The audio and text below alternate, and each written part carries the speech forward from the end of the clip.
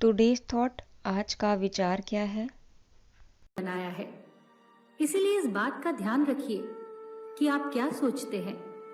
शब्द गौण है, विचार रहते हैं, वे दूर तक यात्रा करते हैं। एस्पिरेंट्स, स्वागत है आपका फोकस ऑन एजुकेशन में। मैं एजुकेटर इसी थॉट के साथ दिन की शुरुआत करती हूँ। चलिए क्या कुछ है खास नज़र डालते हैं।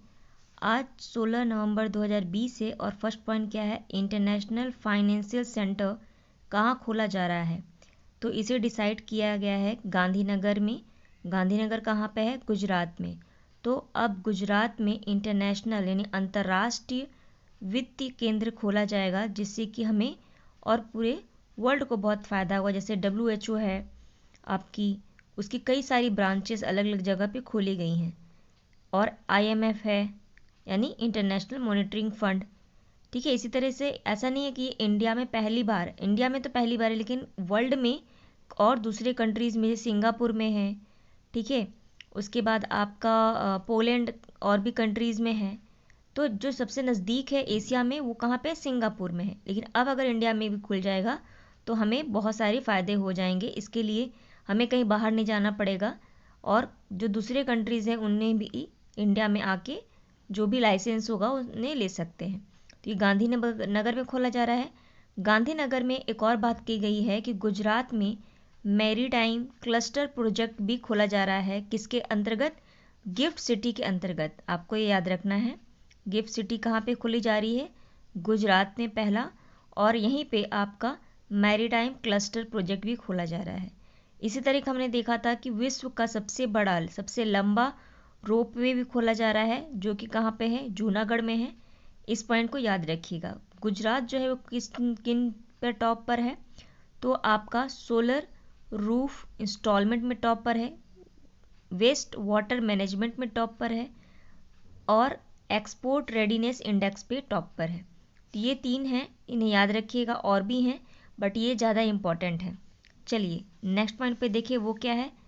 ये है आपका एरियल स्पेस मिशन किसके द्वारा लॉन्च किया गया। ये इम्पॉर्टेंट है क्योंकि एरियल मिशन जो है वो बहुत पहले से चर्चा में था, लेकिन अभी इस पे वापस से फोकस किया गया और इसे अब लॉन्च करने की बात कह रहा है। तो कौन कर रहा है?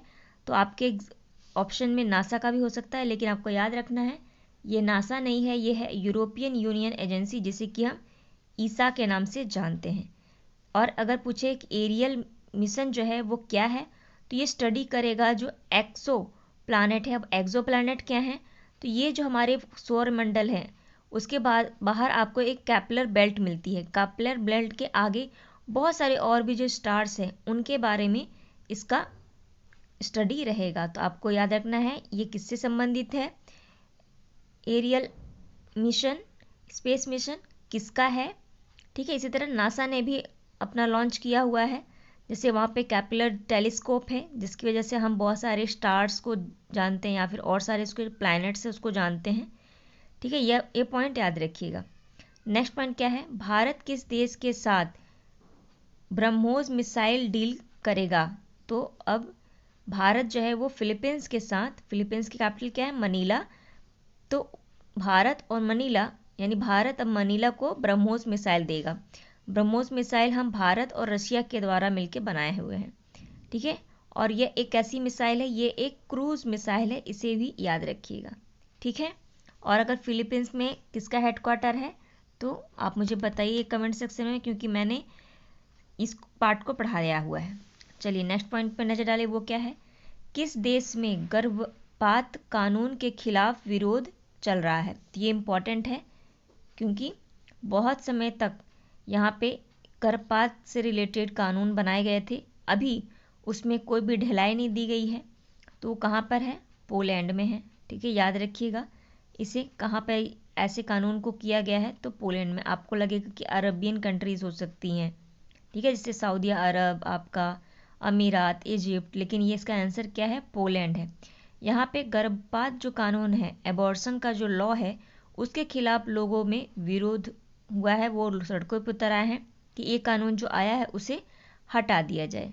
ठीक है, इसमें है क्या कि अगर आप मतलब बच्चा नहीं चाहते हैं, अगर आप प्रेग्नेंट हैं, बच्चा नहीं चाहते, बच्चा हेल्दी है, तो आप अबॉर्ट नहीं करा सकते। ठीक है, तो ये खिलाफ है इनके।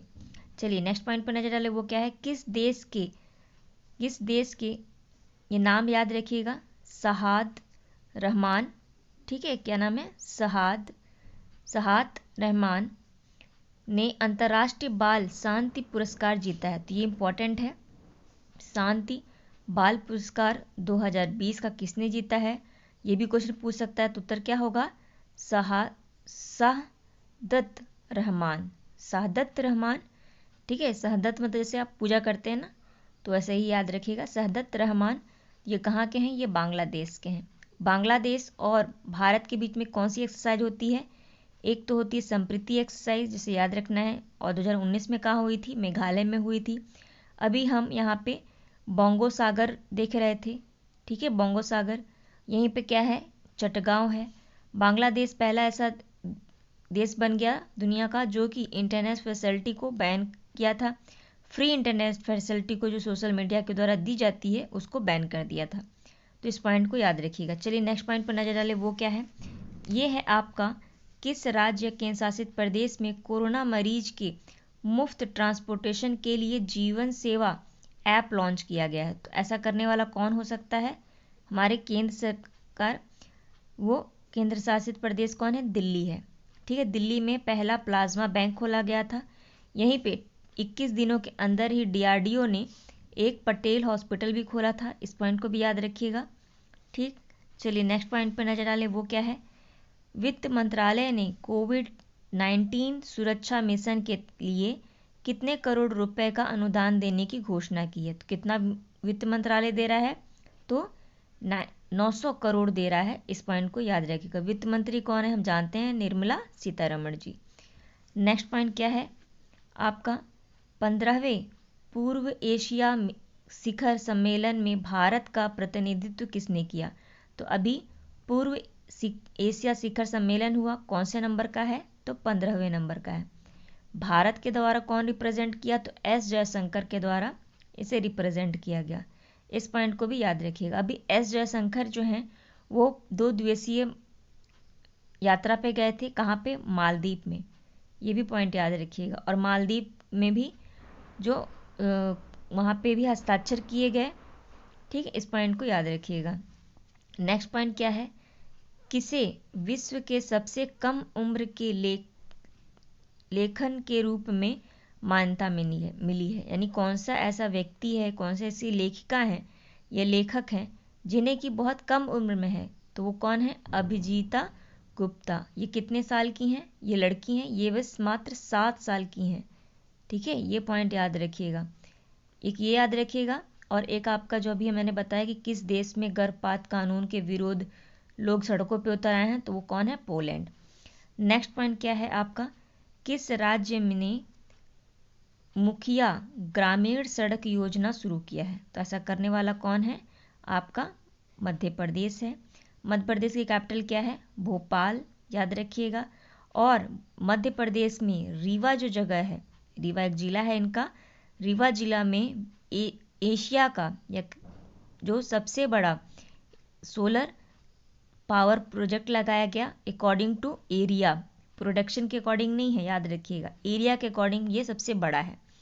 नेक्स्ट पॉइंट क्या है, ये मैंने कल भी न्यूज़ कवर किया था, आज भी कर रही हूँ। जल पुरस्कार 2019 के तहत विशेष पुरस्कार यानी स्पेशल प्राइज या अवार्ड से किस राज्य या केंद्र शासित प्रदेश को सम्मानित किया गया। ठीक है, ये तो कौन किसे मिला है स्पेशल प्राइज, तो अवार्ड से सम्मानित किया कि वो है आपका मिजोरम। अगर सबसे अच्छा राज्य पूछा जाएगा तो तमिलनाडु, दूसरे नंबर पे महाराष्ट्र, तीसरे नंबर पे राजस्थान। जबकि हम जानते हैं राजस्थान में बहुत सारी प्रॉब्लम्स होती हैं, किसको लेके, पानी को लेके, लेकिन इन्होंने इतना अच्छा वाटर मैनेजमेंट किया है कि यहाँ पे इस तरह की समस्या नहीं देखने को मिलती है। और एक और अवार्ड दिया गया, वो क्या है, वाटर वॉरियर अवार्ड। तो ये किसे मिला, ये भी याद रखिएगा, ये हैं आपके अनिकेत लोहिया, इन्हें स्पेशल वाटर वॉरियर अवार्ड दिया गया। तो आपके एग्जाम में पूछ सकता है वाटर वॉरियर अवार्ड किसे दिया गया, तो अनिकेत लोहिया को। ये एक एनजीओ के जो बीड एनजीओ है इसके द्वारा ये काम कर रहे थे। अगर डिस्ट्रिक्ट पूछा जाएगा तो आपकी डिस्ट्रिक्ट क्या होगी, ये सिंगला डिस्ट्रिक्ट, जो कि कहाँ, उसके पास में एक नदी बहती है, वो कौन सी है, अंग्रीनी नदी। ये पॉइंट याद भी रखिएगा, स्पेशली ये पॉइंट, ये और किस डिस्ट्रिक्ट को दिया गया, कौन स्पेशल प्राइज़ है, ठीक है, किसी स्पेशल प्राइज़ मिला। क्योंकि अभी हम जान रहे हैं एक रिपोर्ट आई जिसमें क्या कहा गया कि 2050 तक भारत के 30 शहर, 30 सिटी ऐसे हैं जो कि वाटर क्राइसिस से गुजरेंगे।